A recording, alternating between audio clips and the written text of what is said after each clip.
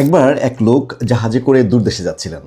তো প্রতিমধ্যে কি হলো, ঝড় এসে পুরা লণ্ডভণ্ড অবস্থা এবং জাহাজটা ডুবে গেল।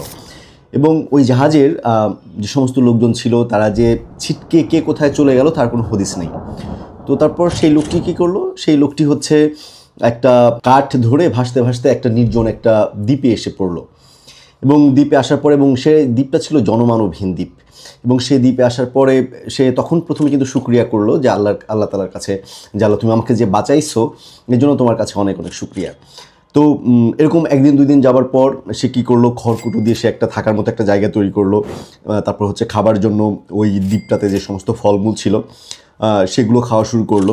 একদিন দুই দিন তিন দিন এক সপ্তাহ, কিন্তু একটা পর্যায়ে যে সে অতিষ্ঠ হয়ে গেল যে আসলে জনমানবহীন এরকম একটা দ্বীপে একা একা থাকা তো আসলে সম্ভব না।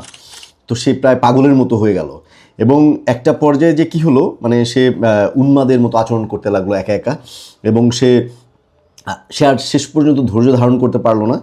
এবং সে কী করলো, তার যে খড়কুটো দিয়ে বানানো যে ঘরটা, সেই ঘরে একসময় সে আগুন ধরিয়ে দিল। মানে এরকম হয় না অনেক সময় যে আমরা বলি যে হোয়াই মি, কেন এটা আমার সাথেই হচ্ছে, বা কেন এমন হলো, আমার তাকদিরে কি আসলে এরকমই লেখা কিনা। মানে এরকম ছটফট করে উনি একটা পর্যায়ে গিয়ে আর ধৈর্য ধারণ না করতে পেরে এরকম ওনার যে ছোট্ট একটা ঘর বানিয়েছিলেন সেই ঘরে উনি আগুন ধরিয়ে দিলেন। তো পরে কি হলো, পরে যেটা হলো যে ওই আগুনের ধোঁয়া দেখে অনেক দূর থেকে অন্য একটা জাহাজের লোকজন এসে ওনাকে উদ্ধার করে নিয়ে যায়। তো মোরাল অফ দ্য স্টোরি কি? মোরাল অফ দ্য স্টোরি হচ্ছে যে হয় না, লাইফে আমরা অনেক সময় হয় জীবনটা একদম বিষিয়ে ওঠে, বা আমরা চিন্তা করি যে না আমাদের এখানেই মনে হয় শেষ, মানে আর হয়তো বা কোনো পথ নেই।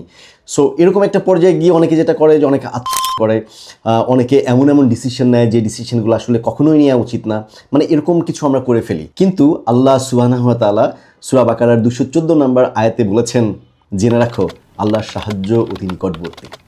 তাই আমাদের ধৈর্য ধারণ করা উচিত।